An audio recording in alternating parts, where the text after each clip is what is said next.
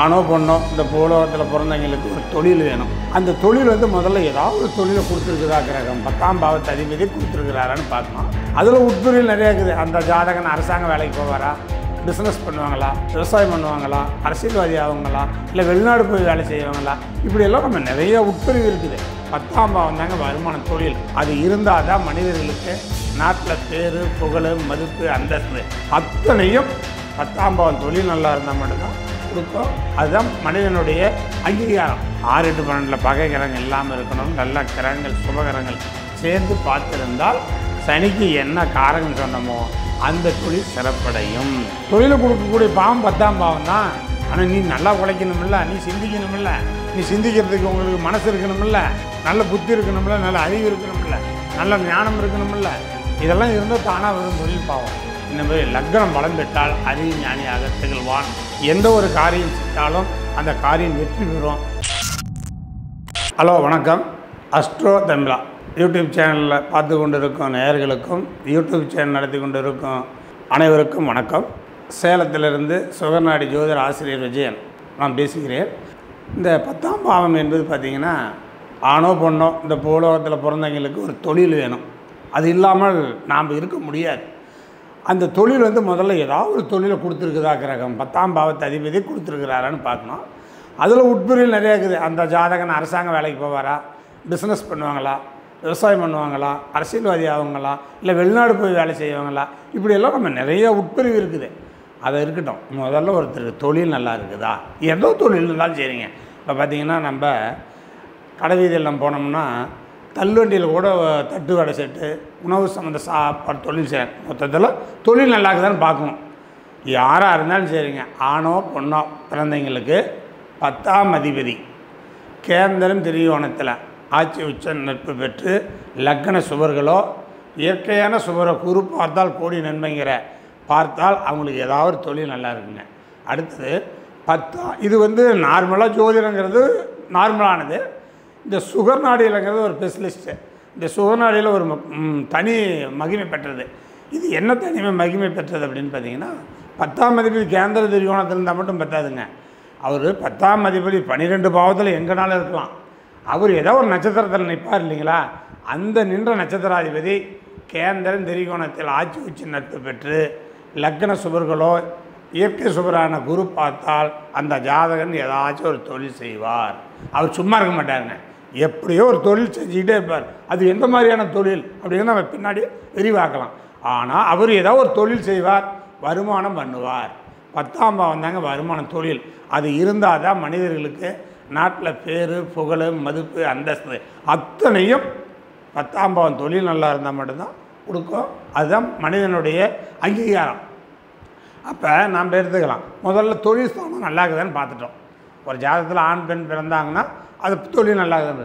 சரி, எந்த மாதிரியான தொழில் செய்வார்கள் அப்படின்னு பார்த்தீங்கன்னா, லக்னத்துக்கு 10ஆம் அதிபதி சூரியனோட நட்சத்திரத்தில் இருந்து அந்த சூரியன் கேந்திரம் திரிகோணத்தில் ஆட்சி உச்ச நட்பு பெற்று சுபர்கள் இயற்கை சுபர் குரு அல்லது லக்ன சுபர்கள் பார்த்தால் சூரியனை என்னங்க அரசன், நம்மளுக்கு அரசாங்கம் சம்மந்தப்பட்டது, அரசியல் சம்மந்தப்பட்டது, ஹாஸ்பிட்டல் சம்மந்தப்பட்டது, இந்த மாதிரியான துறையில் அது அமையும். இதை இன்னும் தெளிவாக எந்த துறைக்கு போவாங்கன்னு நம்ம தனிப்பட்ட ஜாதகத்தில் அவர் நின்ற நட்சத்திராதிபதி டிகிரி வைஸாக கணக்கு பார்த்தா இன்ன தொழில் தான் செய்யணும்னு சொல்லலாம். இது அந்த அளவுக்கு நமக்கு டைமிங் பத்தாது. அதை நான் சிம்பிளாக சொல்கிறேன். சூரியன் 10ஆம் அதிபதி சூரியனோட நட்சத்திரத்தில் நின்று சூரியன் கெடாமல் இருந்தால் அரசாங்கம், அரசியல், மெடிக்கல் சம்மந்தப்பட்ட தொழிலில் சிறப்பாக இருப்பாங்க. ரைட்டு, சூரியனை சொல்லிட்டுங்களா. அதே 10ஆம் அதிபதி சந்திரனோட நட்சத்திரத்தில் இருந்து அவர் நின்ற நட்சத்திர கேந்திர திரிகோணத்தில் இருந்தால் உணவு சம்மந்தப்பட்ட தொழில், விவசாயம், அக்ரிகல்ச்சர், ஹோட்டல் மேனேஜ்மெண்ட் இந்த மாதிரியான தொழிலில் செய்வார்கள். அடுத்து 10ஆம் அதிபதி செவ்வாயோட நட்சத்திரத்தில் இருந்து அந்த செவ்வாய் கேந்திர திரிகோணத்தில் பலம் பெற்று இருந்து சுவர்கள் பார்த்தால் இபி, எலக்ட்ரிக்கல், நம்ம பூமி சம்மந்தப்பட்டது, செங்கல், கரண்டு, பைப்பு கடை, இந்த அதுமாரி விறகு, நெருப்பு, இந்த சம்பந்தமான தொழில்களில் போவார்கள். அடுத்தது 10ஆம் அதிபதி புதனுடைய நட்சத்திரத்தில் இருந்தால் கணக்கு பிள்ளை, அந்த காலத்தில் சொல்லிட்டா குமிஸ்தா கணக்கு பிள்ளை, ஒரு பெரிய கோடீஸ்வரன் உட்காந்து வரவு செலவு பார்ப்பார். இப்போ நீங்கள் கம்ப்யூட்டரில் டைப் பண்ணுறாங்க, கம்ப்யூட்டரில் சாஃப்ட்வேர் சம்மந்தப்பட்டதாக இருக்கிறாங்க. ஒரு பெரிய கம்பெனிக்கு ஒரு மேனேஜர் அந்த துறை சார்ந்து இருப்பார்கள். கம்யூனிகேஷன், கணக்கு பிள்ளை கம்யூனிகேஷன், அந்த துறையை பார்த்துங்க. விளையாட்டு துறைக்கும் போவாங்க, அதுக்கு 48 காரகம் இருக்குது. அதெல்லாம் நிறையா நம்ம தனிப்பட்ட முறையில் சொல்லிக்கலாம். அதனால் புதுமை சார்ந்த வேலைக்கு போவார்கள். அடுத்து குரு 10ஆம் அதிபதி குருவோட நட்சத்திரத்தில் இருந்து அவர்கள் பலம் பெற்றால் ஆசிரியர், ஆடிட்டிங், நீதிபதி, பஞ்சாயத்து தலைவர்கள், இந்த மாதிரி தலைமை தாங்கிற துறைகளுக்கு அவர்கள் போவார்கள். அடுத்து 10ஆம் அதிபதி சுக்கரனுடைய நட்சத்திரத்தில் உட்காந்து அந்த சுக்கரன் கேந்திரம் திரிகோணம் இருந்தால் அழகு சாதனம், யூடியூப் சேனலெல்லாம் சுக்கரனை சார்ந்தது தான். அடுத்தது பெரிய பெரிய அப்பார்ட்மெண்ட்டு, மளிகை ஸ்டோர், அழகான படுத்தக்கூடிய ஸ்டோர், சினிமா, சங்கீதம், வெள்ளி, தங்க கடைகள், இதெல்லாம் அழகு சார்ந்த துறைகளை செய்வார்கள்.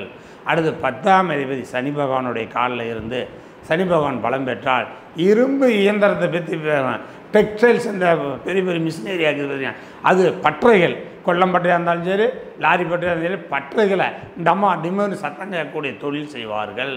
அதே 10ஆம் அதிபதி ராகுனுடைய சாரத்தில் இருந்து ராகு பலம் பெற்றால் இன்ஜின், ரயில் இன்ஜின், சினிமா, சங்கீதம், புகை, அந்த நம்ம கம்ப்யூட்டரில் பெரிய பெரிய டிசைன் பண்ணுறாங்க, அந்தமாரி தொழில் வேலையில் அவர்கள் செல்வார்கள். தொழில் நல்லாயிருக்கும். அதே 10ஆம் அதிபதி கேதோட காலில் உட்கார்ந்துருந்து கேது பலம் பெற்றால் ஆன்மீக சொற்பொழிவாட்டுவார்கள், ஆன்மீக சம்பந்தமான வியாபாரம் பண்ணுவார்கள், நட யாத்திரை போவார்கள், ஆன்மீகத்துக்கு தொடர்புடைய செய்வார்கள். அடுத்து இன்னொன்று பார்த்திங்கன்னா நூல், பஞ்சு மில்லு, அந்தமாரி தொழிலையும் செய்வார்கள். அதே போல் பார்த்திங்கன்னா இந்த நம்ம கோப்டாக்ஸ் பெருங்க ஒரிஜினல் காட்டன் வேட்டி இருக்குது அப்படிமா, அதெல்லாம் நம்ம கேது பகவானுடைய தொழிலாம். இந்த மாதிரியாக தான் 10ஆம் அதிபதி யாருடைய நட்சத்திரத்தில் உட்காடுறாங்களோ அவங்களுடைய காரகம் பலம் பெற்றால் நம்ம சொன்ன தொழில் அமையும். இதே 10ஆம் அதிபதி அவங்களுடைய தொழிலில் உட்காந்துருக்குது, ஆனால் அவங்க எனக்கு சொல்லுவாங்க, நீங்கள் சொன்ன மாரியே எனக்கு இருக்குது, ஆனால் எனக்கு அந்த தொழில் அமையல்னு கேட்பார்கள், நேயர்கள் நிறைய கேட்பாங்க. வாஸ்தவம் தான். ஆனால் அந்த 10ஆம் அதிபதி நின்ற நட்சத்திராதிபதி அவருக்கு வீடு கொடுத்த கிரகத்தையும் பார்க்கணும். அடுத்தது அவருக்கு 6-8 உள்ள கிரகம், பகையான கிரகம் இருந்தால் தொழில் அமையாது. நம்ம சொன்ன விதிமுறைகள் இருக்கும், ஆனால் அங்கே தொழில் அமையாது. காரணம், ஒரு 10ஆம் அதிபதி நின்ற நட்சத்திராதிபதி கேந்திர திரிகோணத்தில் ஆட்சி உச்சம் பெற்று இருந்தால் பலம் பெற்றால் நல்லாயிருக்கும். அது நீசம் பகை இருந்து அஸ்தகமாக இருக்குது, அப்போ 6-8 உட்காந்துக்குது. அப்படிலாம் உட்காந்தா அவங்களுக்கு தொழில் அமைப்பு இருக்கும், எண்ணம் இருக்கும், ஓப்பன் பண்ணி கூட வைப்பாங்க, வியாபாரம் ஆகாது, தொழில் ஆகாது. அது காரணம் நல்லா விரிவாக பார்க்கணும். எப்படின்னு பார்த்தீங்கன்னா நான் உதாரணம் சொல்கிறேங்க. இப்போ துலா லக்கணத்துக்கு 10ஆம் அதிபதி போய் சந்திரன் தான் வர்றார். அவர் கேந்திர திரிகோணத்தில் ஆட்சி உச்சம் பெறார், சூரியனோட காலில் இருக்கிறார். அப்போ அந்த சூரியன் உதாரணமாக பார்த்திங்கன்னா நமக்கு ஏழ்லேயே சூரியன் உங்களுக்கு ஆட்சியில் இருக்கிறார், உச்சத்தில் இருப்பார். சரி, அவர் உச்சத்தில் கேது காலில் இருக்கிறாரு. அதுக்கு நேராக ஆப்போசிட்டில் புதனுடைய நட்சத்திரத்தில் சனியோட நட்சத்திரத்தில் ஏதாச்சும் ஒரு கிரகம் உட்காந்துட்டா அந்த சூரியன் பலனை இழந்துருவார். ஐயோ நீங்கள் சொன்னீங்க நான் உச்சத்தில் இருக்குது கிரகம், 10ஆம் அதிபதி நின்ற நட்சத்திரம் உச்சமாக இருக்குது, அரசாங்க வேலைக்கு போக முடியல, மெடிக்கலுக்கு சம்மந்தம் போக முடியல, அரசியல் பண்ண முடியலன்னா போக முடியாது. ஏன்னா நின்ற நட்சத்திராதிபதி கேந்திர திரிகோணத்தில் ஆட்சி உச்சம் மட்டுமே பலன் கொடுக்காது, அதுக்கு 6-8 பகையான கிரகம், பகையான நட்சத்திரம் நின்று போயிட்டால் ஆசை தான் இருக்கும், அது செய்யலாமுன்னு நினப்பு தான் இருக்கும், அது தொட்டு கூட பார்க்கலாம், எல்லாம் அரசியல்வாதிகளுக்கு அடியாளாக போகலாம். இப்படி ஒவ்வொரு கிரகங்களுக்கும் எங்கள் சுகர்நாடிகளுடைய ஸ்பெஷலிஸ்ட் என்னென்னா, ஒரு கிரகம் நின்ற நட்சத்திரத்துக்கு அதிபதிக்கு 6-8 பகையான கிரகம் இருக்கக்கூடாது. இப்போ சூரியனுக்கு பகையான கிரகம் சனி, கேது, சனி, ராகு, இதெல்லாம் உங்களுக்கு பகை. அதே போல் பார்த்திங்கன்னா உங்களுக்கு சந்திரனுக்கு பார்த்திங்கன்னா ராகு, சனி, இதெல்லாம் கடுமையான பகை. புதனுக்கு எடுத்துக்கிட்டிங்கன்னா உங்களுக்கு ராகு, சந்திரன்லாம் கடுமையான பகை. இந்தமாரி பகையான கிரக நட்சத்திரத்தில் இருக்குதா 6-8 இருந்துவிட்டால் அந்த சொன்ன அமைப்பெல்லாம் இருக்கும், ஆசை இருக்கும், அதை செய்யலாமல் தோன்றும், ஆனால் செய்ய முடியாது. அதனால் இப்படி ஒவ்வொன்றும் விரிவாக நீங்கள் எடுத்து பார்க்கணும்.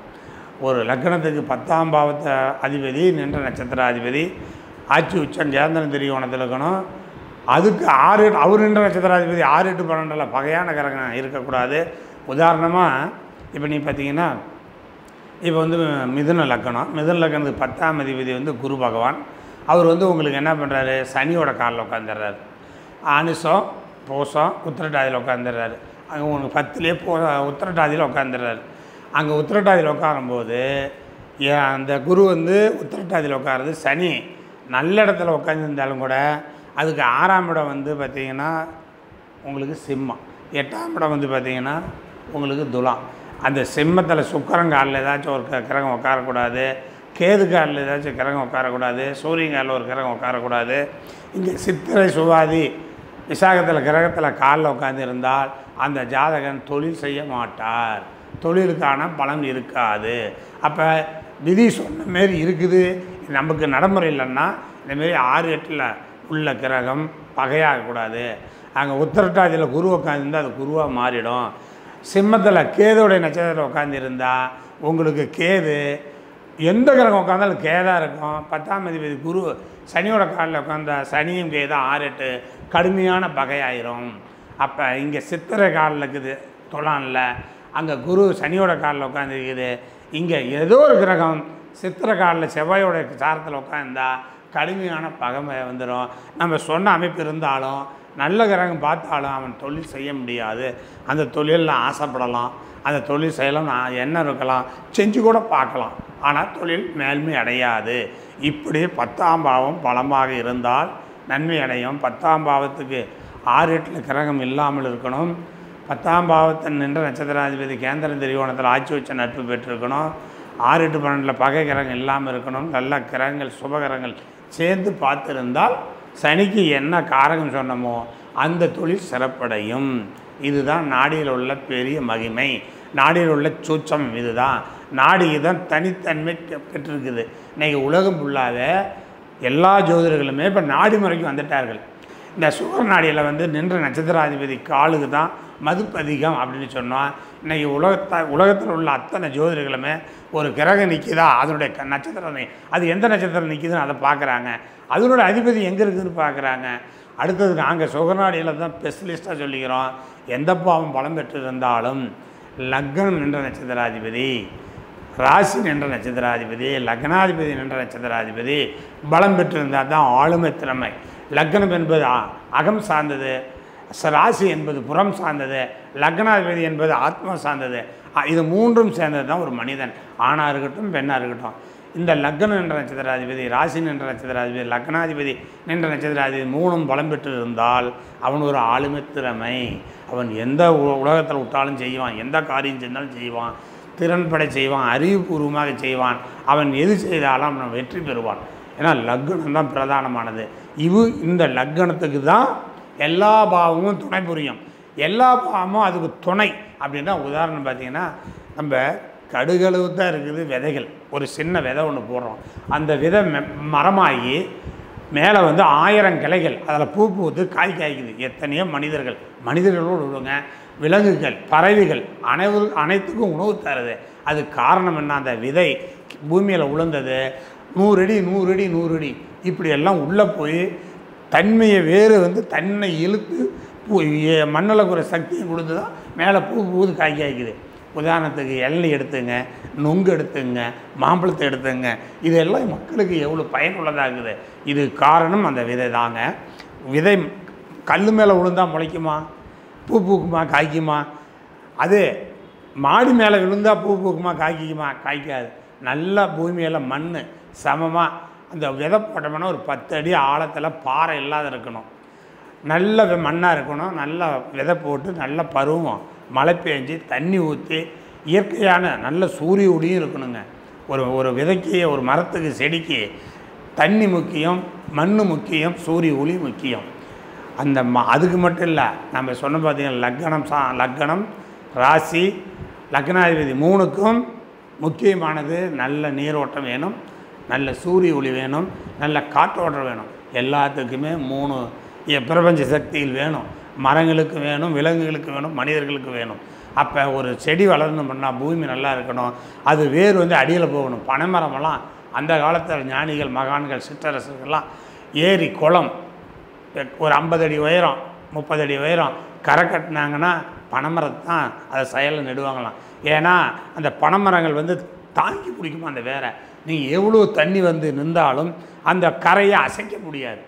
அது வேறு கைகோர்த்து போல் அதை பிடிச்சிக்கும். அப்போ அந்த பழங்காலத்து ஞானிகள், சித்தர்கள், பெரிய பெரிய அரசர்கள் இவ்வளோ ஒரு அறிவுபூர்வமாக செயல்பட்டார்கள். அப்போ நாம் என்ன பண்ணோம்?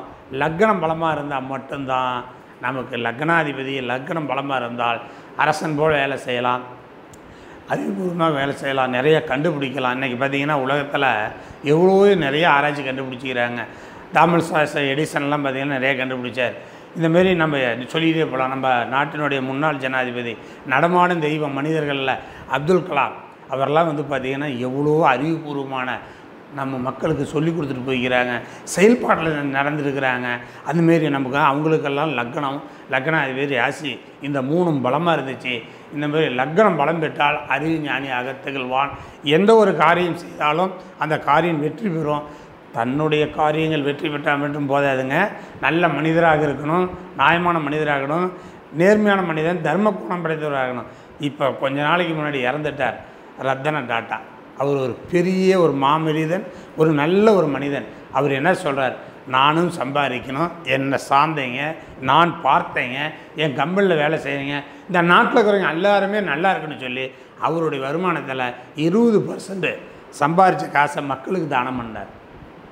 அப்போ அந்த நல்ல மனிதராக, அறிவுள்ள மனிதராக இருந்தால் மட்டும் போதாது, தர்ம குணமும் கொண்டவராக இருக்கணும். நம்ம டாட்டா ரத்னம் மாரி அவர்லாம் இறந்த அன்னைக்கு நான் வந்து ஒரு நாள் சாப்பிடல. அவருடைய இறந்த செய்தி கேட்டு நான் மன வருத்தி ஆராய்ச்சி பண்ணேன். அவர் போல் நாம் சம்பாதிக்கிற காசில் நாம்ளும் ஒரு 10% மக்களுக்காக, ஏழைகளுக்காக, நல்லதுக்காக தர்மம் பண்ணோம். அந்த காலத்தில் சொன்னால் பாத்திரம் எறிஞ்சி பிச்சை போடணும், அது தப்பு இல்லைங்க. ஒரு மனிதனுடைய தேவை என்னவோ, பசித்தவனுக்கு தான் சாப்பாடு போடணும். அந்த காலத்தில் சத்திரங்கள் கட்டினாங்க. வழிப்போக்கன் இப்போ ஈரோட்டிலேருந்து கோயம்புத்தூர் போகிறோம்னா ஒரு 4 இடத்துல சத்திரம் கட்டியிருப்பார்கள். பெரிய அரசன்கள், பணக்காரர்கள். எதுக்குன்னா அந்த வழிப்போக்கனுக்கு சாப்பாடு கிடைக்காது, அதனால் தங்கிறதுக்கு இடம், குளிக்கிறதுக்கு தண்ணி, சாப்பிட்றதுக்கு பிரியா எல்லாம் செஞ்சு கட்டுவாங்க தர்ம சத்திரம். அதுபோல் மனிதன் வாழக்கூடிய மனிதன் எவ்வளோ தான் நீங்கள் பணங்காசு சம்பாதிச்சாலும், பணங்காசே சம்பாதிக்கலனாலும், உழைச்சி கூலி வேலைக்கு போய் சம்பாதிச்சாலும் தர்ம காரியங்களை நம்ம நிலைநாட்டிக்கிட்டே போகணும். ஆத்திச்சூடியில் அவை, மூதாட்டி அவை வந்து ஆத்திச்சூடியில் 18வது ஒரு ஆத்திச்சூடியில் ஒரு வரி எழுதுகிறது, தர்மத்தையே மறந்துடாதே அப்படின்னு சொல்லிக்கிறாங்க. அதனால் எவ்வளோ தர்மத்தை மறக்காதன்னா லக்னம் என்ற நட்சத்திராதிபதி, ராசி என்ற நட்சத்திராதிபதி, லக்னாதிபதி என்ற நட்சத்திராதிபதி பலம் பெற்றாலும் தர்மத்தை மறக்க மாட்டான். நேர் வழியில் செய்வான், தர்ம தொழில் செய்வான், நல்ல தொழில் செய்வான். டாடா ரத்னம் மாரி அவரும் பிழைப்பார். அவரை சார்ந்த 10 தொழிலாளிகள் பிழைப்பாங்க, 10 நோயாளிகள் பிழைப்பாங்க, 10 வேலை பிள்ளைங்க படிக்கிறது உதவுவாங்க. அது நல்ல சிந்தனையை கொடுக்கும். லக்னம் பலம் பெற்றிருந்தால், லக்னம் கெட்டு போயிடுச்சுன்னா அவனும் பிழைக்க மாட்டான், அடுத்தவனையும் பிழைக்க விட மாட்டான். ஒரு பாட்டில் ஒரு கவிஞர்கள் எழுதுனாங்க, உடுமலை நாராயணனோ பட்டுக்கோட்டை கல்யாண சுந்தரமோ அது நமக்கு அவ்வளோ சடனாக நமக்கு ஞாபகம் வரல, நமக்கு வரி எடுத்துக்கலாம். அன்பு படர்ந்த கொடியின் மீது குரங்கும் ஏறும், குலையும் சாயும், குரங்கும் அதிலே விழுந்து குலைஞ்சி இறக்கும் பின்னார். அன்பு படர்ந்த கொடி என்னன்னா நல்ல மனிதர்கள் இருப்பாங்க. அந்த நல்ல மனிதர்கள் இன்னொரு நல்ல மனிதர் உதவி பண்ணிடணுமா.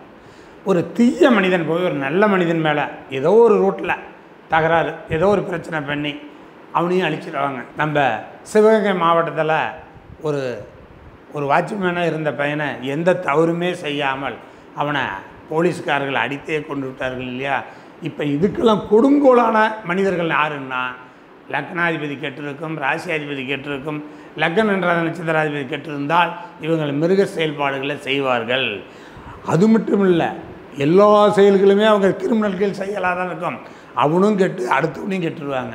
அதனால் அவன் ஒரு மனிதன் நல்லவனாக இருந்தால் மட்டும்தான் நாடும் நல்லாயிருக்கும், நாட்டு மக்களும் நல்லாயிருக்கும், உலகமும் நல்லாயிருக்கும். இதுதான் எங்கள் சுகர்நாடியில் சொல்வது. லக்னம் என்ற நட்சத்திராதிபதி, ராசி என்ற நட்சத்திராதிபதி, லக்னாதிபதி என்ற நட்சத்திராதிபதி 3 நட்சத்திராதிபதியும் கேந்திரன் திரிகோணத்தில் ஆட்சி உச்ச நட்பு பெற்று லக்ன சுபர்கள் சேர்க்கை பார்வை பெற்றிருந்தால் அவன்தான் ஒரு நல்ல தொழில் செய்வான், அவன்தான் நாட்டுக்கு நல்லது செய்வான், அவன்தான் தர்மத்தை கையாளுவான், அவன்தான் கோவில் கட்டுவான், கும்பேசம் நடத்துவான், அன்னதானம் படைப்பான், 4 பேர்த்துக்கு நல்லது செய்வான். அப்படிப்பட்ட லக்னம் பலம் பெற்றிருந்தால் அவங்களுக்கு 10ஆம் பாவம் பலமாக இருக்கும். அப்போ லக்னாதிபதி பலம் பெற்றிருது, அப்போ வந்து உங்களுக்கு தொழில் நிறுவனம் ஆயிடுவாங்க. இந்த தொழில் நல்லாயிருக்கும். இப்போ நீங்கள் பார்த்தீங்கன்னா அந்த காலத்துலேயே பேப்பர் மில், போட்ட ஒரு பஸ்ஸு கம்பெனி, டெக்ஸ்டைல்ஸ் கம்பெனி, பாத்திரங்கள் உற்பத்தி பண்ணக்கூடிய கம்பெனி, இப்படி எல்லாம் தனிப்பட்ட மனிதன் நம்மளை போல் ஒரு மனிதன் தான் ஆரம்பித்தாங்க. இன்றைக்கி அந்த கம்பெனியில் ஆயிரக்கணக்கான பேர் பிழைக்கிறாங்க, ஜீவன் பண்ணுறாங்க. அவங்க அவங்களுடைய எல்லாம் நல்லா இருக்குது, அவங்க வாழ்க்கை நடத்துகிறாங்க, நல்லா இருக்கிறாங்க. அது காரணம் ஒரு மனிதன் தான். அப்போ லக்னம் நல்லா இருக்கணும், இந்த லக்னம் சார்ந்து தொழிலும் நல்லா இருக்கணும். அதுதான் நம்ம பிரித்து தனித்தனியாக பிரிக்கிறோம். லக்னம் நல்லா இருந்து, லக்னாதிபதி நல்லா இருந்து, ராசியாதிபதி நல்லா இருந்தால் பலம் பெற்ற அறிவாற்றல் சிந்தனையுடையவர்கள் அவர்கள் தான் நல்ல தொழில் அமையும். அவர்களுக்கு தான் 10ஆம் அதிபதி பலம் பெறும்.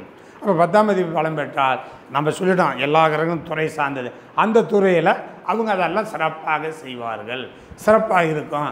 அப்போ தனி ஒரு மனிதன் தெரிந்து விட்டால் நாட்டில் சாலையில் எல்லாம் தனிப்பட்ட ஒரு மனிதன், அப்போ தனி ஒரு மனிதன் சிறப்பு பெற்றால் நாடு சிறக்கும். ஏங்க நாம் தனி ஒரு மனிதன் வளர்ச்சி பெற்றால் 100 மனிதன் வளர்ச்சி பெற்றால் நாடு சிறக்குது. இப்போ அமெரிக்கா வந்து பார்த்திங்கன்னா நம்ம 2500 நம்ம கீழடியில் ஆய்வில் 2500 ஆண்டுகளுக்கு முன்னாடி மனிதன் வாழ்ந்ததாகவும் இன்றைக்கி உள்ள நவநாகரிக மாரி வாழ்ந்ததாகவும் கீழடி சொல்லுது. அப்போ ஒரு 250 ஆண்டுகளுக்கு பின்பு தான் அமெரிக்கா உருவானுச்சின்னு நம்ம சரித்திரம் சொல்லுது. இப்போ அமெரிக்காவில் வந்து விலங்குகள் போல், தாவரங்கள் போல் மனிதர்கள் இல்லாமல் இருந்தார்கள். இன்றைக்கி உலகிலேயே நம்பர் 1 நாடாக இருக்குது. இன்றைக்கி உலகிலேயே இன்னொன்று நாடு நம்பர் 1 இருக்கிறத விடுங்க, அமெரிக்காவில் ஒரு பொருள் கண்டுபிடிச்சானா தரமாக இருக்கும், அமெரிக்காவில் ஒரு உணவு கண்டுபிடிச்சானா தரமாக இருக்கும், அமெரிக்காவில் ஒரு ட்ரெஸ்ஸு கண்டுபிடிச்சானா தரமாக இருக்கும். அந்த மனிதர்கள் தான், இது எல்லாமே அந்த மனிதர்கள் தான். நமக்கு அந்த நாட்டினுடைய அதிபருடைய ஞாபகம் வருது. ஆபிரகாம் லிங்கம் ஒரு சாதாரண ஏழ்மை குடும்பத்தில் பிறந்து ஷூவெல்லாம் தொடச்சாங்க. அது நாம் பார்த்ததில்ல, ஹிஸ்ட்ரியில் நம்ம சொல்கிறது, நம்மளோட வரலாறு படிக்கிறது தான் நம்ம கேட்குறோம். அந்த ஒரு மனிதன் தான் இந்த நாட்டு அந்த அமெரிக்காவை தூக்கி நிறுத்தினார். அவர் என்ன சொன்னார், இந்த நாட்டை சுதந்திரம் பெற்று மக்கள் கையில் வளர்ச்சி கையில் உங்ககிட்ட கொடுத்துட்டேன், இந்த வளர்ச்சியை இந்த மக்கள் தான் நீங்கள் தான் காப்பாற்றணும், நீங்கள் தான் மேலே கொண்டு வரணும்னு அவர் சொல்லிவிட்டு காலமானார். இன்றைக்கி அந்த நாடு உயர்ந்துருச்சு இல்லைங்களா. நான் ஒரே ஒரு சின்ன கருத்துங்க, அது எப்படிப்பட்டவங்க எடுத்துட்டாலும் சரி, தனி ஒரு மனிதன் நல்ல மனிதனாகவும் உழைப்பு தான் சம்பாரித்து தான் உண்ணும், தான் வளர்ச்சி பெற்று தன் குடும்பம் வளர்ச்சி பெற்று குடும்பம் வளர்ந்துச்சுன்னா ஒரு நாடு நல்லா இருக்குங்க. தன் ஒரு மனிதன் எந்த அளவுக்கு கெடுதல் செய்கிறானோ, எந்த அளவுக்கு கெடுதலான செய்திகளை இறங்குறானோ அந்த நாடும் அப்படி தான் இருக்கும். எங்கள் பெரியவங்க சொல்லுவாங்க, ஒரு கை தட்டினால் ஓசை ஓடாது, 10 கை தட்டினா தான் ஓசை ஓடணும். 10 கை தட்டணும், 10 மனிதர்கள் நல்லது செய்யணும், 10 மனிதர்கள் நல்ல தொழில் செய்யணும், 10 மனிதர்கள் நல்ல தர்மத்தின் வழியில் நடக்கணும், நாடு நல்லா இருக்குங்க. அந்த நாட்டில் தான் ஆன்மீகம் இருக்கும், அந்த நாட்டில் தான் தர்மம் இருக்கும், அந்த நாட்டில் தான் நீதி நியாயம் இருக்கும். அப்படி இருக்கிற நாடு உயர்ந்து நிற்கும், தோல்விங்கிறது வராது, கஷ்டங்கிறது வராது. நான் அனுபவத்துலேயும் நான் கண்ட அனுபவத்தில் சொல்கிறேன். நார்வேன்னு ஒரு நாடு இருக்குது. அந்த நாட்டில் ஒரு நண்பர் இருக்கிறாரு, என்னுடைய மாணவர் என்கிட்ட சுகநாடி கற்றுக்கிட்டு இருக்கிறாரு. நார்வே நாட்டில் அவர் சொல்கிறார், எனக்கு 1 மணி நேரம் அந்த நாட்டினுடைய மக்களை அந்த நாடெல்லாம் எனக்கு நமக்கு படம் பிடிச்சி அப்படி காமிச்சார். என்ன சொல்கிறாரு, நீங்கள் ரோட்டில் போகிறீங்கன்னா அப்படி லேடிஸ் வரட்டும் ஜென்ஸ் வரட்டும் ஹாய்ம்பாங்களாம். மற்ற நேரம் நின்று பேச மாட்டாங்க, வார்த்தைகள் பேச மாட்டாங்க, அவங்க தொழில் செய்வாங்க, அவங்களுடைய தேவையானதை பார்ப்பாங்க, நாட்டை பார்ப்பாங்க. அப்போ தான் அந்த நாடு சிறப்பான நாடு. அந்த உலகிலேயே ஒரு நாட்டில் கொலை கொள்ளை திருட்டு ஒருத்தனை ஏமாத்துறது ஃப்ராடு பண்ணுறது இல்லாத நாடு ஒரே நாடு நார்வே நாடு. இன்னும் சொல்ல போனால் அங்கே போலீஸ் கிடையாது, அங்கே போலீஸ் கிடையாது. ஏங்க போலீஸ் இல்லைன்னா நமக்கு எப்படி பாதுகாப்பு இருக்கணும், மக்களே பாதுகாப்புனார் அந்த நண்பர். அடுத்து இன்னொன்று சொன்னார், அவர் எல்லை இருக்குது இல்லையா, ரஷ்யாவுக்கும் அந்த நார்வேவுக்கும் தொடர்பு எல்லை இருக்குதான். இந்த ரஷ்யாவுடைய ஆக்கிரமிப்பு ஏதாச்சும் வந்துடுமுன்னு இப்போ தான் ஒரு 10-20 ஆண்டுகளாக அங்கே எல்லையில் இராணுவத்தை நிறுத்திருக்கிறாங்களாம். அந்த இராணுவம் நிற்கிது தான் பாதுகாப்புக்கு தான் நிற்கிது, எடுத்து சொல்கிறதுக்கெலாம் இல்லை, குண்டு போகிறதுக்கெலாம் இல்லையா, ஒரு பாதுகாப்புக்கு இராணுவத்தை நிறுத்திக்கிறாங்க. அப்போ நம்ம ஒரு நாடு இருக்கணும்னா நாட்டில் அமைதியாக இருக்கணும், நல்ல தொழில் இருக்கணும், நல்ல ஆரோக்கியம் இருக்கணும், நல்லா சுதந்திரமாக இருக்கணும். திருட்டு கொலை கொள்ளை இல்லாத நாடு நார்வே நாடு. ஒரு மனிதன் அடிக்க மாட்டான், ஒரு மனிதன் கற்பழிக்க மாட்டான், கெடுதல் செய்ய மாட்டான். அது உலகத்தில் ஒரு நாடு இருக்குதுன்னா அது நார்வே நாடு. அப்போ இதுபோல் உங்களுக்கு ஒரு நாடு நல்லதாக இருக்கணும்னா ஒரு மனிதர் நல்ல மனிதனாக இருக்கணும், தனி ஒரு மனிதன் நல்லவனாக இருக்கணும். அப்போ தனி ஒரு மனிதன் நல்லதாக இருந்தால் மட்டும்தான் அந்த நாடு நல்லா இருக்கும். அப்போ ஒரு மனிதன் நல்ல மனிதனாக இருக்கணும், அவன் நல்ல தொழில் செய்யணும், நல்ல சமுதாயத்தை உருவாக்கணும், நல்ல நாடாக இருக்கணும், மக்கள் சந்தோஷமாக இருக்கணும். இதுதாங்க முக்கியம். நீங்கள் பணம் காசு எவ்வளோ கோடி கோடியாக இருந்தாலும் அதெல்லாம் முக்கியம் இல்லை. ஒரு மனிதன் நல்லா பிறந்து நல்ல தொழில் செஞ்சு ஒரு மக்களுக்காக நிறையா தொழில் செய்கிறதுக்கு அவனுக்கு உதவணும். அப்போ தான் நாடு நல்லாக்கும், மனிதன் நல்லா இருக்கணும். இதுதான் எங்கள் சுகர்நாடியினுடைய சூட்சம ரகசியங்கள். நாங்கள் 12 பாவத்துக்கும் ஆய்வு பண்ணிட்டோம். 12 பாவத்துக்குமே ஆய்வு பண்ணிக்கணும். லக்னம் பிரதானமாக லக்னம் நல்லா இருக்கணும். லக்னம் பிரதானமாக நல்லா இருந்தால் மட்டும்தான் தொழில் செய்வார்கள். தொழில் செய்ய நல்லா பிரதானமாக நல்லதாக இருந்தால், லக்னம் பிரதானமாக நல்லதாக இருக்கணும், தொழில் நல்லதாக இருக்குன்னா, ஒரு பாட்டில் ஒரு கவிஞர் எழுதிக்கிறான், உழைக்கிற நோக்கம் உறுதியாகிட்டால் கெடுக்கிற நோக்கம் வளராது. கெடுக்கிற நோக்கம் எல்லாம் தான் எல்லாமே நல்லா இருப்பாங்க. அப்போ உழைக்கணுங்க, ஒரு மனிதன் உழைக்கணும். அந்த உழைப்பு நல்லா இருந்தால் தான் நாடு உயரும். நாடு உயர்ந்தால் தான் உலகம் ஃபுல்லாக மக்கள் நல்லா இருப்பாங்க. அதனால் லக்னம் பிரதானமாக இருக்க வேண்டும், 10ஆம் பாவம் பிரதானமாக இருக்க வேண்டும். பலம் பெற்றிருந்தால் அந்த ஒரு தனிப்பட்ட மனிதன் நல்லா இருப்பான், தொழில் செய்வான், அவன் குடும்ப வாழ்க்கை நல்லா இருக்கும், அவனுடைய ஆரோக்கியம் நல்லா இருக்கும், தர்ம சிந்தனை இருக்கும். இப்படியெல்லாம் இருந்து ஆயிரக்கணக்கான மக்கள், கோடிக்கணக்கான மக்கள் அப்படி இருந்தால் நாடு நல்லா இருக்கும். இன்றைக்கி உலக அளவில் இன்றைக்கெல்லாம் பார்த்திங்கன்னா தொழிலில் உலக அளவில் போட்டி கொண்டு வராங்க. இப்போ நாம்ளும் இந்தியாவும் அவங்களுக்கு சிறியனையாக நம்ம போட்டி பண்ணிவிட்டு நம்ம தொழிலில் போயிட்டுருக்குறோம். அதுலேயும் என்ன சொல்ல போனால் தமிழ்நாட்டில் படித்த இளைஞர்கள் ஆணோ பொண்ணோ உலகம் ஃபுல்லாக இன்றைக்கி போய் தொழில் படிச்சுட்டு தொழிலுக்கு போயிருக்கிறாங்க. இப்போ உலகிலேயே தொழிலில் ஒரு பலம் பெற நாடு இந்தியாவில் அது தமிழ்நாடு தான்.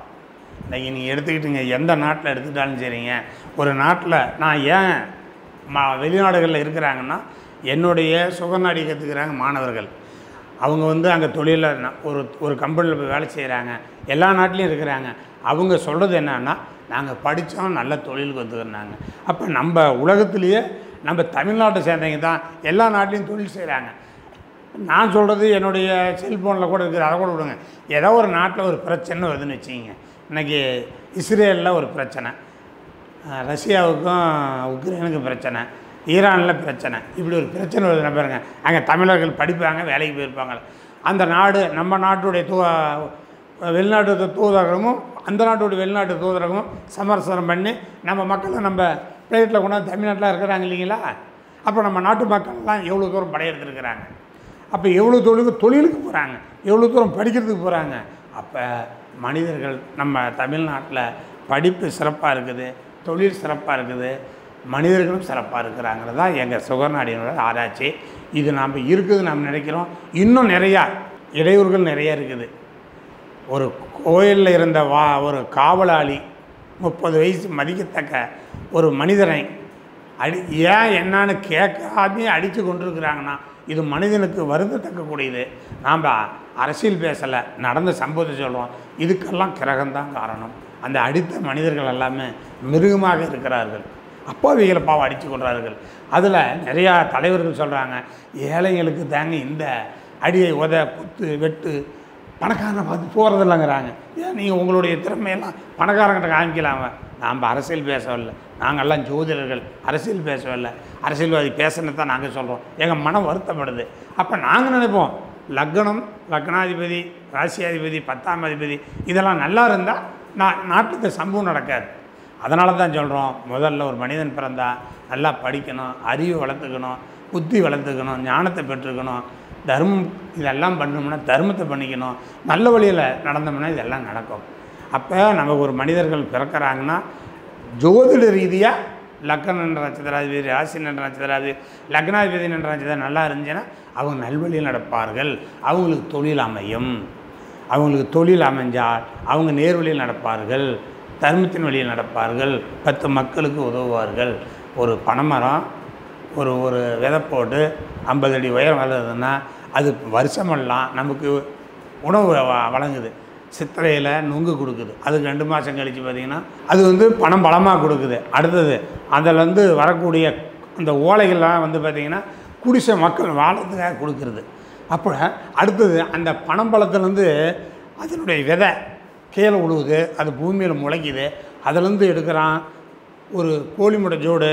அதுதான் உலகிலேயே மிக சக்தியானது, நோய் எதிர்ப்பு சக்தி. பனங்கிழங்கு, பனங்கொட்டையிலேருந்து வரக்கூடிய அந்த நொங்கு மாரி இருக்கும் அது.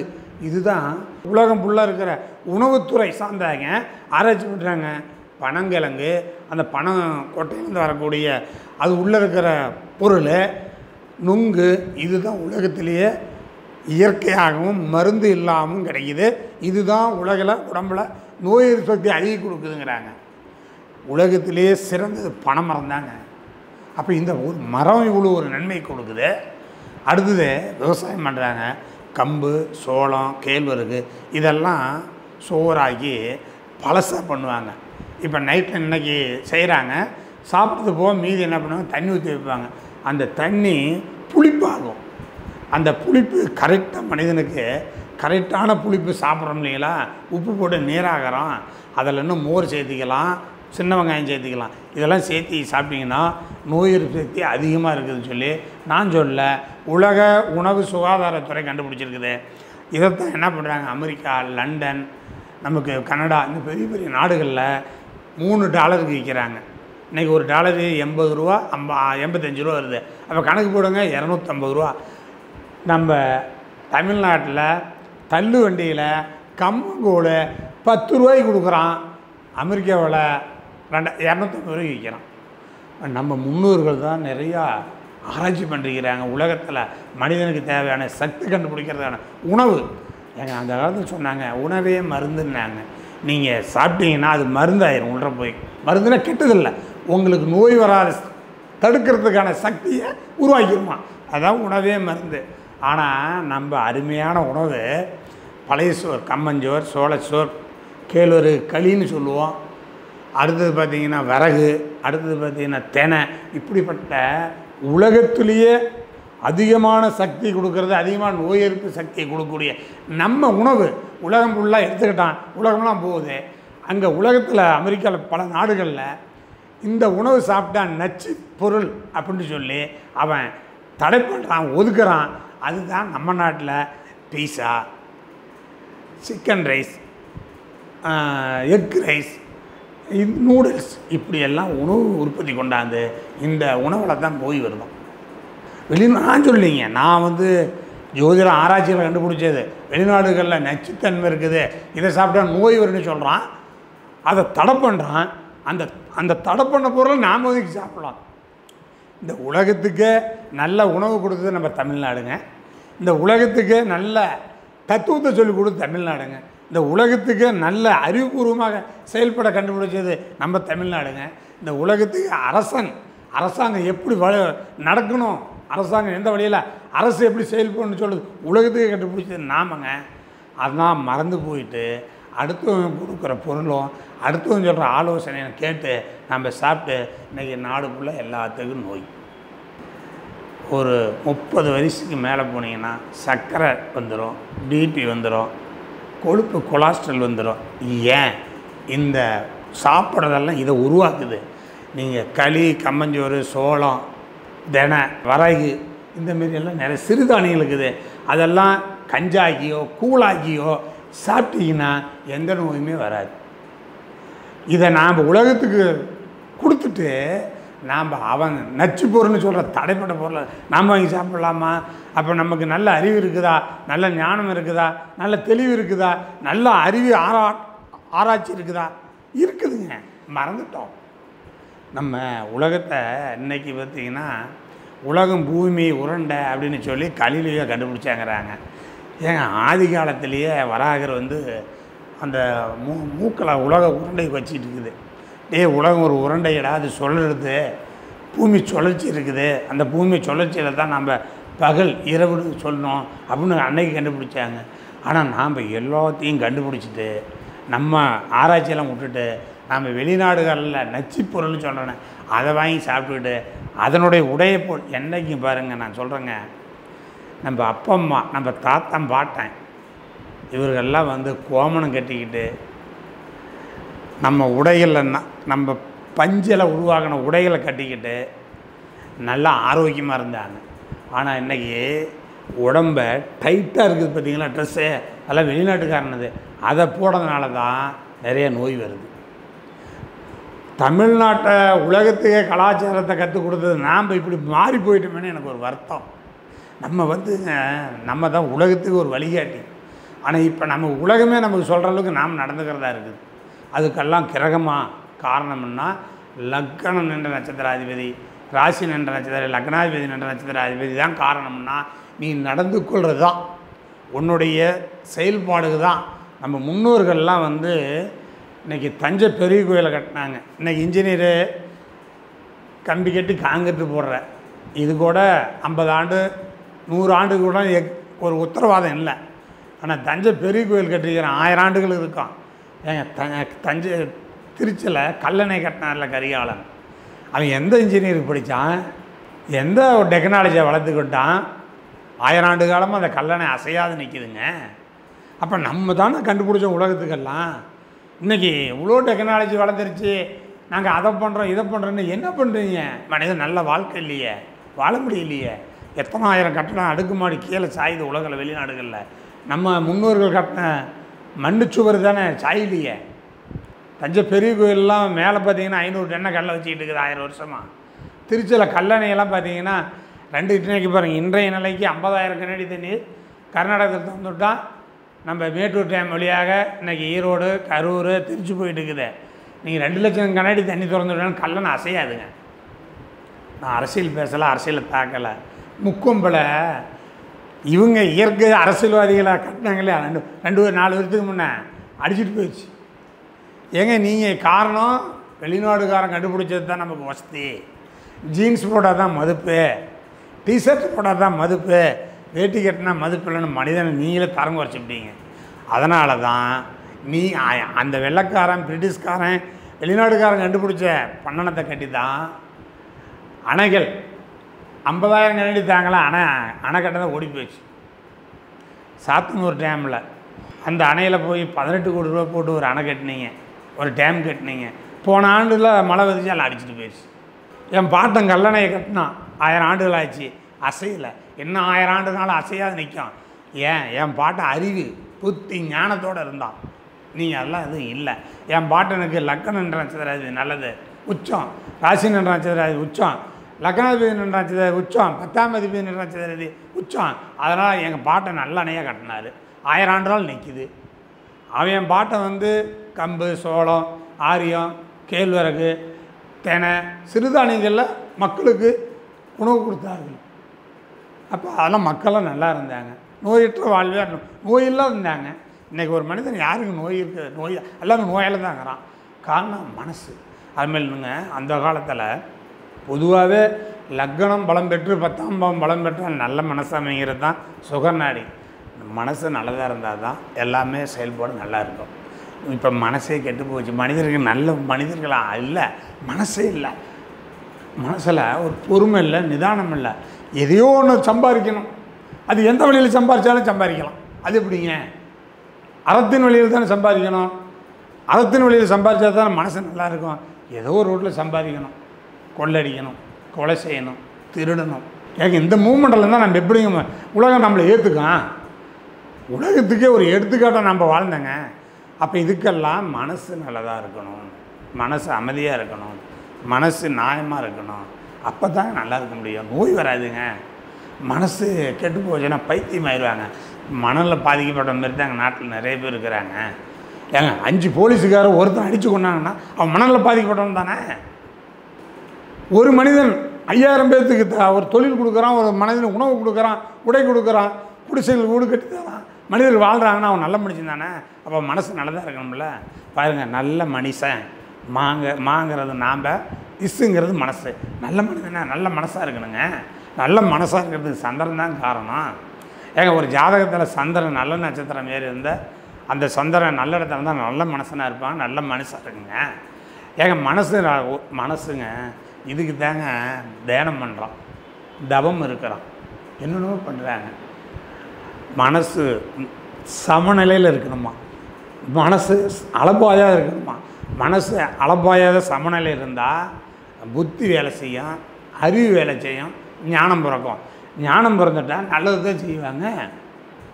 மனசு கெட்டு போச்சு, புத்தி கெட்டு போச்சு, அறிவு கெட்டு போச்சு அப்படின்னா பைத்தியமாக தெரியுவான். 5 பேர் சேர்ந்து ஒருத்தனை அடித்து கொள்ளுவான், 5 பேர் சேர்ந்து ஒரு பெண்ணை கற்பழிப்பான். இதெல்லாம் செயல்பாடெல்லாம் மனசு சார்ந்தது. அதனால் மனசு நல்லதாக இருக்கணும். மனம் செம்மையானால் மந்திரம் எதுக்கு, தந்திரம் எதுக்கு அப்படின்னார்கள் பெரியர்கள். மனசு மட்டும் நல்லதாக வச்சுக்கணுங்க. அது காரணம் கிரகம் சந்திரன். அப்போ ஒரு ஜாதகத்தில் மனசுக்காரகனாகி சந்திரன் நல்லா தெளிவாக இருக்கணும், கெடாமல் இருக்கணும்.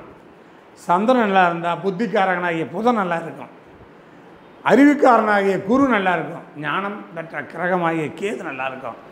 சந்திரன், புதன், குரு, கேது 4ம் நல்லா இருந்தால் அவன் பெரிய ஞானி, மகான், தெளிவு. அவன் ஒரு 1000 பேர்த்துக்கு இப்போ பணமரம் எவ்வளோ பேர்த்துக்கு உதவி பண்ணதுமாரி 1000 பேர்த்துக்கு தொழில் கொடுப்பான், உணவு கொடுப்பான், வீடு கட்டி கொடுப்பான், தர்ம காரியங்களை போதிப்பான், தர்மத்தை செய்வான்.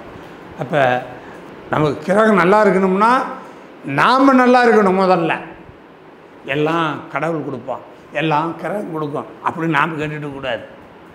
நாம் நல்ல நிலையில் ஆரம்பிக்கணும். நாம் மனசு தெளிவோடு எந்த காரியத்தையும் செய்யணும். அமைதியாக, சந்தோஷமாக, பொறுமையாக நீங்கள் ஆரம்பிச்சிங்கன்னா சந்திரன் நல்லாயிருக்கும், உங்களுக்கு மனசு நல்லா இருக்குங்க. ஏங்க ஒரு பாட்டில் விஜய்ங்கிற நடிகர் ஒரு பாட்டு பாடினார்.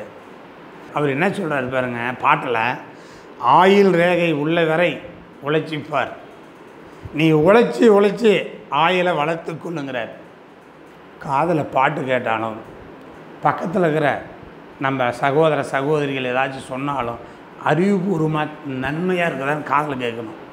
அப்போ இந்த ரேகை தான் குருவுடைய விரலில் இருந்து கங்காண ரேகை வர ரேகை தான் ஆயில் ரேகை. இதை தான் சொல்கிறார். இதில் ஜோதிடத்தில் என்ன சொல்லுது, குருவிரல், இந்த விரல் குருவிரல், இந்த குருவிரல் அடியிலிருந்து கங்காண ரேகை இந்த வரைக்கும் மணிக்கட்டுக்கு வரைக்கும் வரக்கூடிய ரேகை தான் ஆயில் ரேகை. இந்த ரேகை ஆயில் ரேகை பலமாக இருந்தால் 100 வருஷம் 120 வருஷம்னு ஆயில் ரேகை நிபுணர்கள் சொல்லிட்டு போனாங்க. ஆனால் நம்ம நடிகர், நான் ஒரு நடிகரை சார்ந்தவனோ ஒரு அரசியல் சார்ந்தவனோ அல்ல. நான் ஒரு இந்த உலகத்துக்கு ஜோதிட ஆராய்ச்சி பண்ணக்கூடியவன் தான். நான் யாரையும் பெருமைப்படுத்தியோ மட்டம் தட்டி பேச மாட்டேன். ஒரு பாட்டில் பாடினார் அந்த விஜயங்கிற அந்த தம்பி, ஆயில் ரேகை உள்ள வேற உழைச்சிப்பார், உழைச்சி நல்லா உழைச்சி ஆயில் ரேகை வளைத்துப்பார். ஆயில் ரேகை கம்மியாக இருந்தாலும் நல்லா உழைச்சின்னா ஆயில் ரேகை வளரும். நல்லா உழைச்சி ஒரு 4 பேர்த்துக்கு நன்மையை செஞ்சு மகராசனாக இருப்பான், நல்லா இருப்பான்னு சொன்னால் ஆயில் வளருங்க. மனசு தாங்க சொல்லணும். அந்த காலத்தில் கல்யாணம் பண்ணிக்கிட்டு 100 வருஷம் வாழ்ந்த கணவன் மனைவிட்டு தான் போய் காலத்தொட்டு கும்பிடுவாங்க, நல்லா இருப்பான்னு ஆசீர்வாதம் பண்ணுவாங்க. எதுக்கு? அவனுக்கு நல்ல புத்தி கொடுக்கட்டும், அவன் நல்ல அறிவோடு இருக்கட்டும், நல்ல தர்மத்தை பழகட்டும், அவன் நல்லா இருப்பான். அப்போ ஆயில் ரேகை ஃபுல்லாக இருந்தால் தானே இதெல்லாம் நடக்கும். அப்போ ஆயில் ரேகை நல்லா இருக்கணும்னா மனசு நல்லா இருக்கணும், புத்தி நல்லா இருக்கணும், அறிவு நல்லா இருக்கணும், ஞானம் நல்லா இருக்கணும். இதெல்லாம் நல்லா இருந்தால் ஆட்டோமேட்டிக்காக உலகமே நல்லாயிருக்கும். தனி ஒரு மனிதன் திறந்து விட்டால் சரி, சாலைகள் தேவையில்லைன்னா ஏங்க எந்த மனுஷனும் தப்பு செய்யலை. போலீஸுக்கு என்ன வேலை, செயலுக்கு என்ன வேலை, கோர்ட்டுக்கு என்ன வேலை, ஹாஸ்பிட்டலுக்கு என்ன வேலை, எதுவுமே இருக்காதுங்க.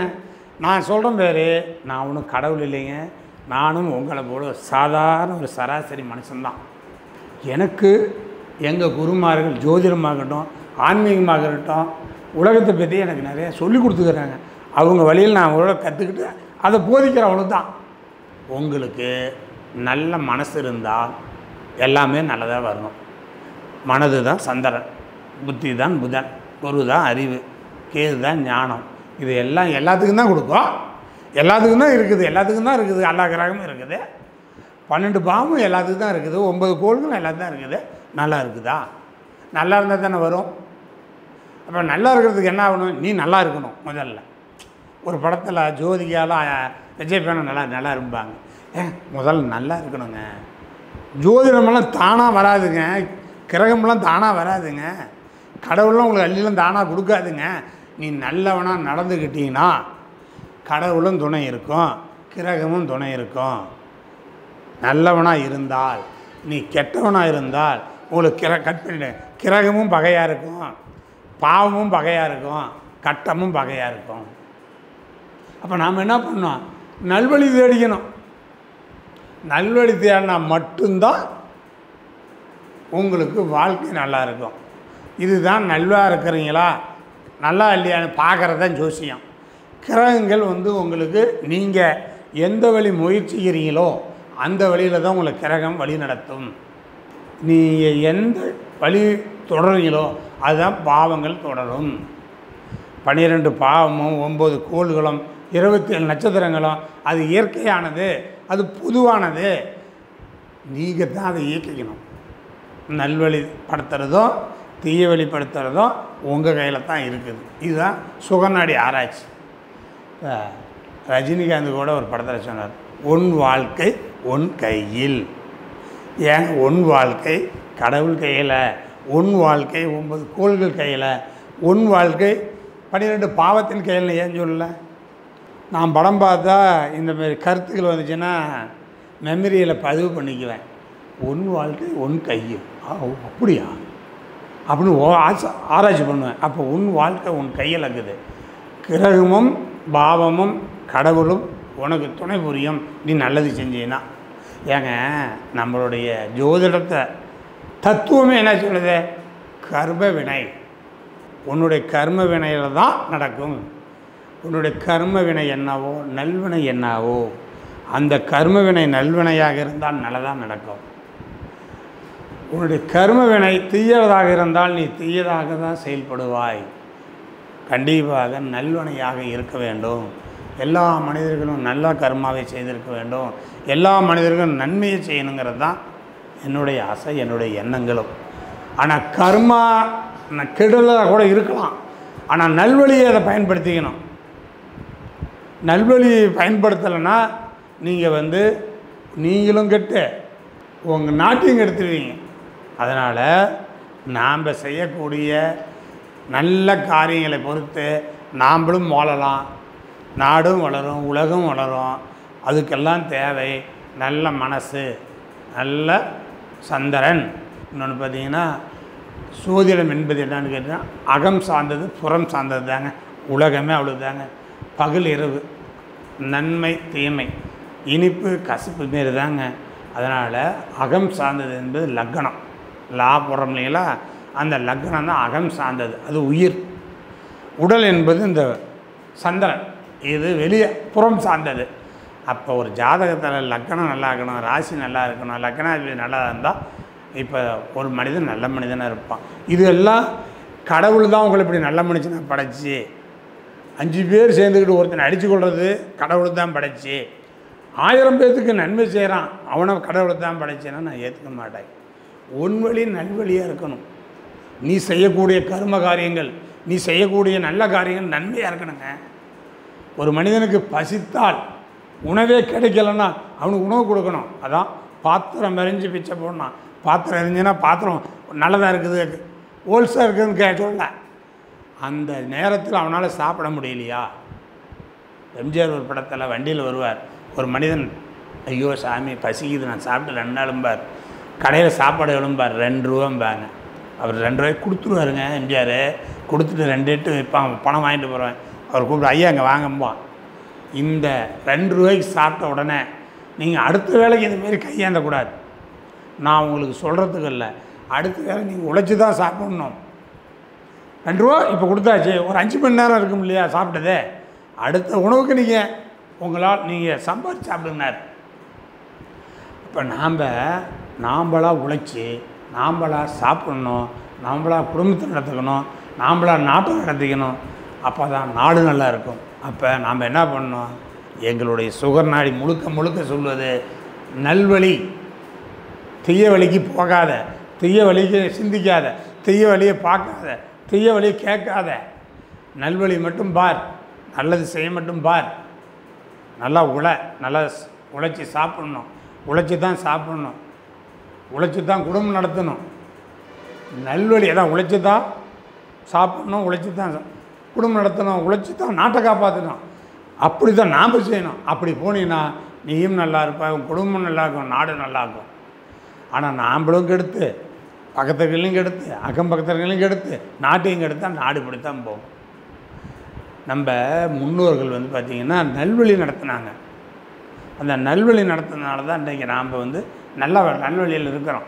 இன்றைக்கெல்லாம் பார்த்திங்கன்னா ஒவ்வொரு நாடுகள்லேயும் போர் மழை பொழியுது. ரஷ்யா உக்ரைன் எல்லாம் பார்த்தீங்கன்னா பதறுது. ஈரான் இஸ்ரேலை பார்த்தா பதறுது. இதெல்லாம் வந்து இந்த மாதிரிலாம் போர் சண்டைகள் யுத்தங்கள் மனிதர்களை கொல்லக்கூடாது.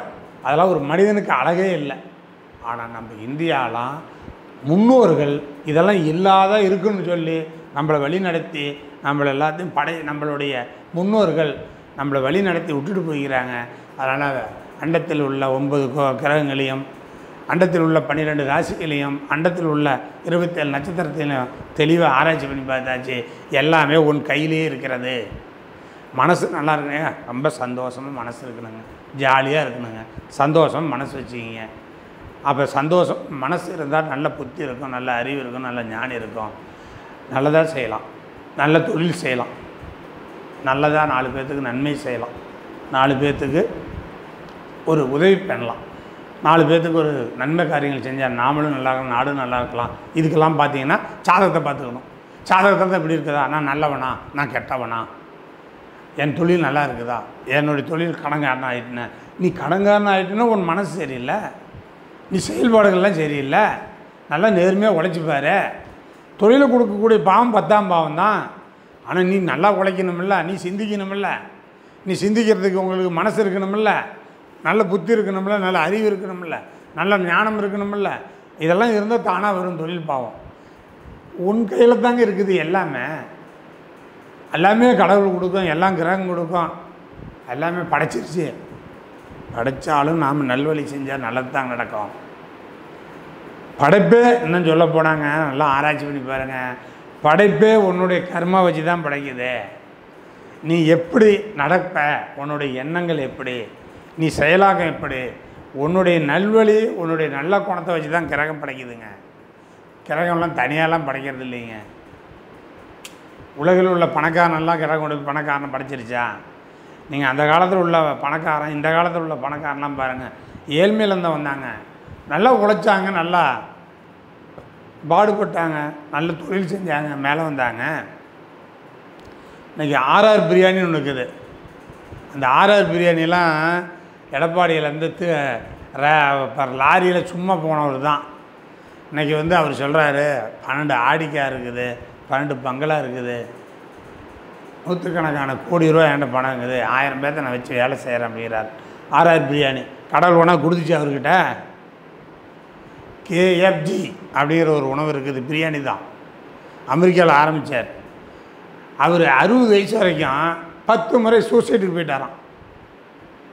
இன்றைக்கி உலகில் நம்பர் 1 கோடீஸ்வரன், நம்பர் 1 ஒரு கம்பெனி லாபத்தில் இருக்குதுன்னா அந்த KFG கடத்தாங்க, உலகம் ஃபுல்லாக இருக்குதுங்க. 60 வயசில் 10-15 முறை சூசைட் பண்ணுறதுக்கு போயிட்டாராம. அப்போ அவர் எப்படி மேலே வந்திருப்பார்? உழைக்கணும், நல்லது செய்யணும், நல்லா உழைக்கணும், நல்லா சம்பாதிக்கணும், நல்லதையே பண்ணணும்னு மனசில் இருந்துச்சுங்க. அப்போ நம்மளுடைய மனசு தான் ஒரு மனிதனை நல்லவனை ஆக்கிறதும் மனசு தான், கெட்டவனை ஆக்கிறதும் மனசு தான், நல்ல தொழில் செய்கிறதும் மனசு தான், தீய தொழில் செய்கிறதும் மனசு தான், லாபம் சம்பாதிக்கிறதும் மனசு தான், நஷ்டம் பண்ணுறதும் மனசு தான். நாட்டை உன் குடும்பத்தை காப்பாற்றுறதும் மனசு தான், நாட்டை காப்பாற்றுறதும் மனசு தான். உன் குடும்பத்தை கெடுக்கிறதும் மனசு தான், நீ நாட்டை கெடுக்கிறதும் மனசு தான். அப்போ உன்னுடைய மனசு சிந்தனை செயல் நல்லதாக இல்லை. அதுக்கு போய் நீ கிரகத்து மேலே குறை சொல்லாத, உன்னுடைய திசாபுத்தி மேலே குறை சொல்லாத, ஒரு கிரகம் உட்கார்ந்த நட்சத்திரத்து மேலே குறை சொல்லாத. உன்னுடைய கர்மா, உன்னுடைய நீ நடக்கக்கூடிய கர்ம வழி நல்லதாக இருந்தால் இதெல்லாம் நல்லதாக அமையும். இது நல்லதாக இல்லைன்னா இது எல்லாம் கெட்டதாக தான் அமையும், இது எல்லாம் கெட்டதாக தான் செயல்படும். அப்போ தன்னுடைய வாழ்க்கையை தான் திருத்தி கொள்ள வேண்டும். தன்னுடைய வாழ்க்கை, தன்னுடைய தொழில் நாம் தான் திருத்திக்கணும், நாம் தான் உயர்த்திக்கணும். அப்போ என்னுடைய கர்மா நல்வழியாக பட்டு நான் ஒரு தொழில் செஞ்சு நான் ஒரு நல்ல நிலைக்கு வந்து நான் ஒரு 10 பேருக்கு காப்பாற்றுறேன், 10 பேருக்கு நல்லது செய்யணும், என்னுடைய நல்வழி கர்மா, நான் நன்மை செஞ்சுருக்கிறேன், நல்வழியில் போகிறேன்னு அர்த்தம். ஒருத்தர் தீவழியில் போகிறாங்க, தீய காரியங்கள் செய்கிறாங்க அப்படின்னா அவங்களோட தீய வழி கர்மா. நீங்கள் உங்கள்கிட்ட ஒரு பைக் கொடுத்துட்டாங்க, கவர்மெண்ட்டே கொடுத்துருச்சிங்க, உங்ககிட்ட வந்து ஒரு பைக் கொடுத்துட்டாங்க. அந்த பைக்கை பத்திரமா வச்சுருந்து ஓட்டுறது உன்னுடைய கர்மா. 2 நாளில் ஆக்சிடென்ட் ஆகி சுக்கு நூறாக உடைக்கிறதும் உன்னுடைய கர்மா தான். நிதானமாக பொறுமா. கவர்மெண்ட் ஒரு பைக் கண்டுபிடிச்சா 15 வருஷத்துக்கு இந்த தரம் இருக்குன்னு சொல்லி அந்த கம்பெனிக்கு ஒரு உத்தரவாதத்தை கொடுத்துட்டு கவர்மெண்ட் தயாரிக்க சொல்லுது. அப்போ 15 வருஷம் ஒரு வண்டி வாங்கினாங்க, வண்டியை புது வண்டி மாரி நல்லா வச்சுருக்கிறான்னா அவனுடைய நல்வழி ஓடக்கூடிய கர்மா. அதே கொண்டு போய் தண்ணி போட்டு கொண்டு போய் ஒரு இப்போ மரத்தில் இடித்து நுணுக்கிவிட்டீங்கன்னா அதுவும் உன்னுடைய கர்மா தான். 15 வருஷம் வச்சுக்கிட்டு ஓட்டுறவனே கடவுள் நல்லது கொடுத்துச்சு, 2 வருஷத்தில் உடச்சி நுணுக்கிவிட்டு அவனுக்கும் கடவுள் கொடுத்துச்சு இல்லை. உன்னுடைய நிதானமும் உன்னுடைய நிலைப்பாடு கர்மா தான். அப்போ இதனால் நம்ம எல்லா மனிதர்களும் மனசு ஒரு நிலை வச்சு மனசு பதறாமல் மனசு சமணம் வச்சா மனசு ஒரே நிலையில் இருந்தால் புத்தி வளரும், அறிவு வளரும், ஞானம் பெறும். எல்லா கிரகமும் எல்லா கடவுளும் நமக்கு துணை இருக்குன்னு சொல்லி இந்த யூடியூப்பில் பேசுகிறதுக்கு வாய்ப்பு கொடுத்த இந்த நிர்வாகத்துக்கும் இந்த யூடியூப் வழியாக பார்த்து கொண்டு உள்ள அத்தனை சகோதர சகோதரி சொந்தங்களுக்கும் நன்றி கூறி விடைபெறுகிறேன். நன்றி, வணக்கம், நன்றி.